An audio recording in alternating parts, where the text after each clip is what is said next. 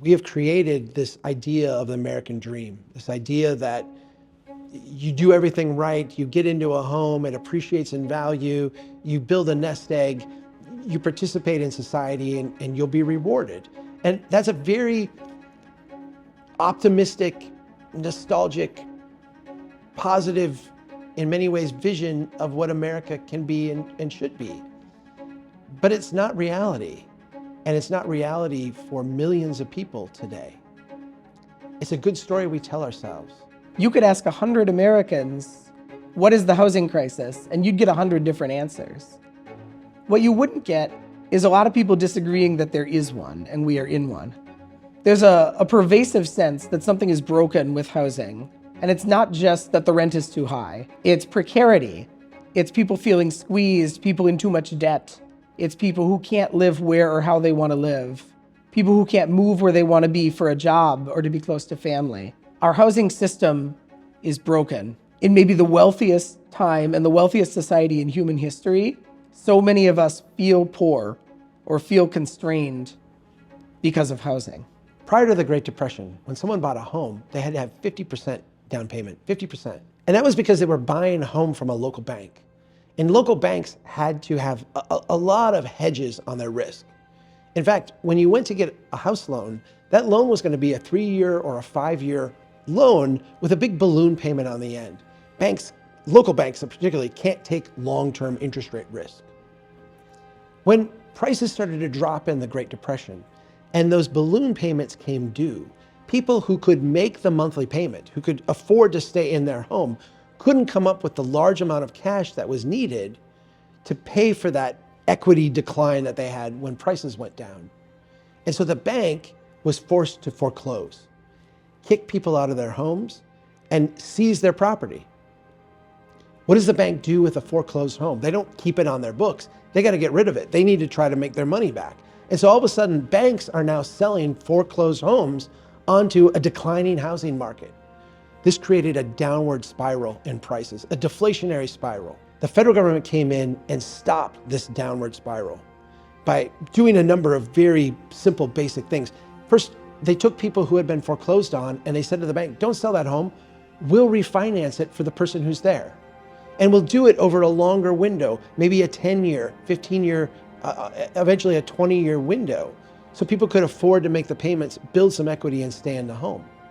The federal government came in and said, we're going to create a secondary market for homes so that local banks don't have to hold those mortgages. They can make the transaction, but then sell the mortgage onto a market and make more loans. The idea was to pump more money into the system, get banks lending again, and get people into homes at prices that they could afford.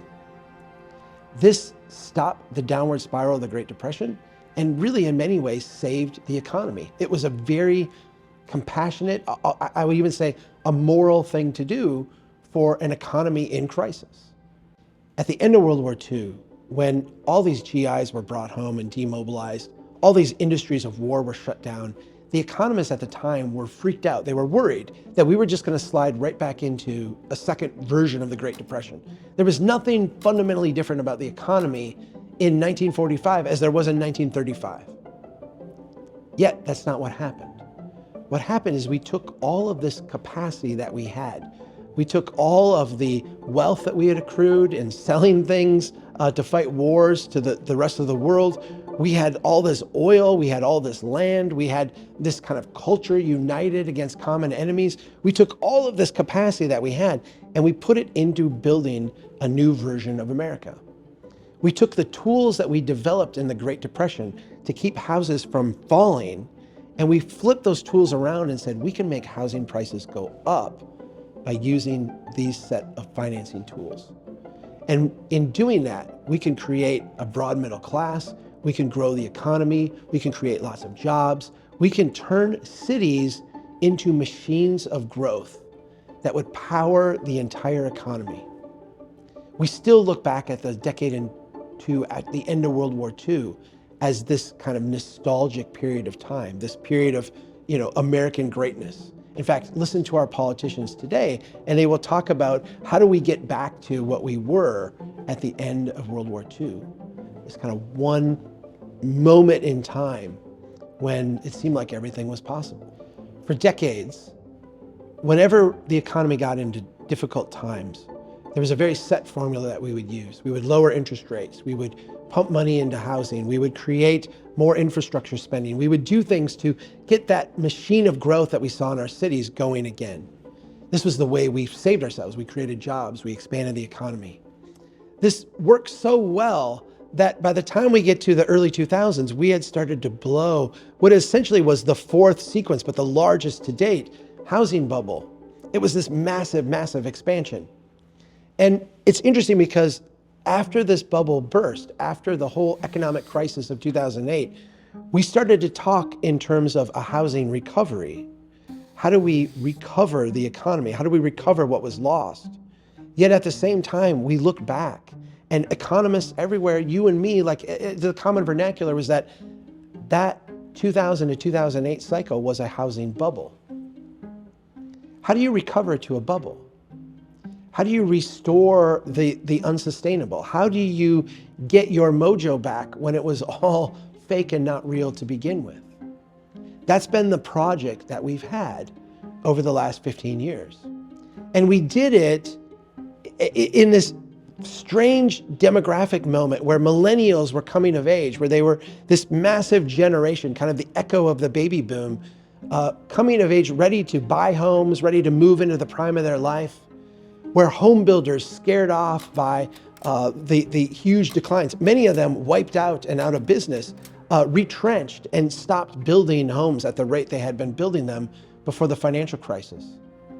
And banks, the Federal Reserve, the federal government, pushing lots and lots of cash into not you and me buying homes, but into large banks and hedge funds and massive investment firms to go out and quote unquote restore the market to its unsustainable 2008 bubble. This has wreaked havoc on our system, and it's created this kind of artificial scarcity where housing is way, way, way overinflated in price, but also like desperately rare. And the people who are trying to get into just basic housing products are struggling financially to make ends meet. We have trapped ourselves in a financial trap of our own making. In the early decades of the Industrial Revolution, American cities and towns grew at a staggering pace and in a very organic way, where people moved to opportunity. They moved for jobs, and they built homes for themselves and their neighbors where they moved. And neighborhoods were in a constant state of flux, and people figured out ways to subdivide buildings, to build them taller, to add on additions, to create the housing that they needed in a very fluid kind of ad hoc way. But that was uncomfortable. That process meant that places were in a bit of chaotic flux, a bit of tension. Zoning as we know it today arose in the early 20th century, largely as an attempt to insulate ourselves from that flux, to shut down that dynamism, because it led to a certain amount of chaos, a certain amount of discomfort. And we believed that we could plan neighborhoods that would be built to a finished state and then would be static. In doing that, we fundamentally broke our cities. Zoning today is a multi-headed hydra that dramatically constrains what kinds of housing can be built and where it can be built, and has largely locked down most parts of most American cities, preventing any sort of new housing from being created. Every drama needs a good villain, and in the drama of American housing politics, the NIMBY, or not in my backyard, has really effectively been cast as the villain. In a lot of cases, they've done it to themselves by coming out and shouting at public meetings, by threatening elected officials, by writing nasty letters. But we shouldn't understand this as a morality play. And the solution isn't going to come from convincing a bunch of NIMBYs out there to have a see the light moment and see the error of their ways. What we need to do is understand the incentives at play that have allowed NIMBYs to so dominate the politics of new development in our cities, to the point where anytime housing is proposed anywhere, there is almost certain to be community opposition. Under the traditional development pattern, you had an obvious stake in the growth of your own community, because your community was never finished. It was always in flux, and as people moved in, as businesses opened, you could benefit. Your neighborhood was the stage on which you lived your life, and you could benefit from that growing wealth and that growing activity. And under the suburban experiment, we've severed a lot of those links. Your neighborhood now is likely to be a residential enclave, and you're going to leave it by car in order to go to work or school or to go shopping, to meet all of your basic needs. Your neighborhood is built to a finished state. The amenities that you need for a comfortable life are already there. What does new growth mean? What does new housing mean? It means traffic on the roads. It means maybe larger class sizes in your kids' school. The benefits now are a lot more abstracted from your daily experience. There's a lot less reason for people to actively cheer on the construction of new housing near where they live. And so a loud, effective minority of opponents can dominate the conversation.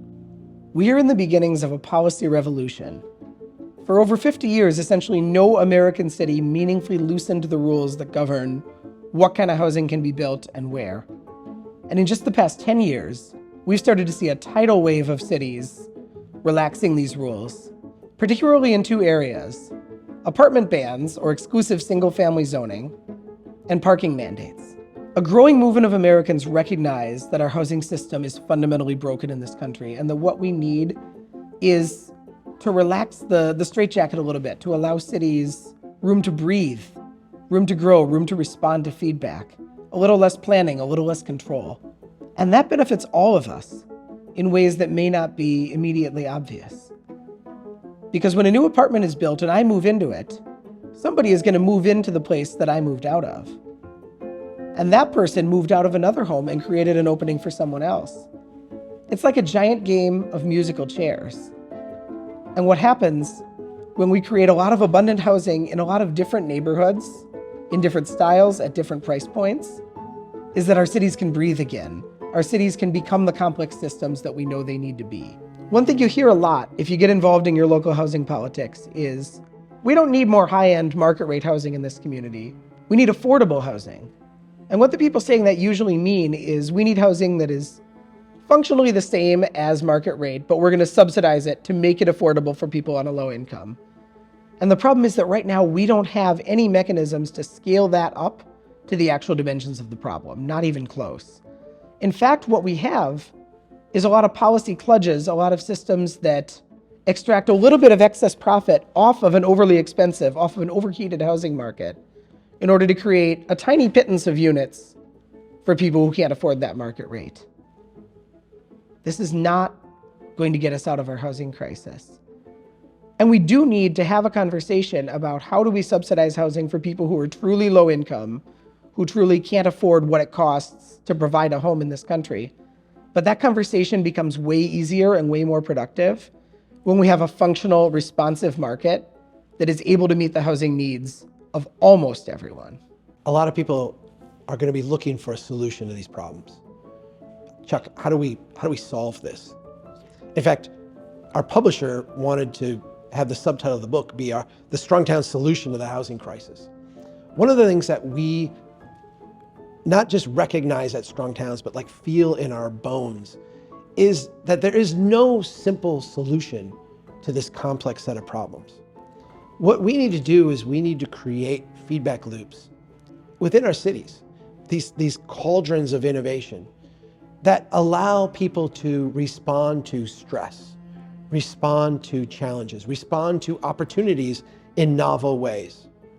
And so the way that we think about things at Strong Towns is not, what is the program that we can do out of Washington, D.C.? What is the thing we can fund at state capitals? How do we get the right people in Wall Street the money that they need to make things happen?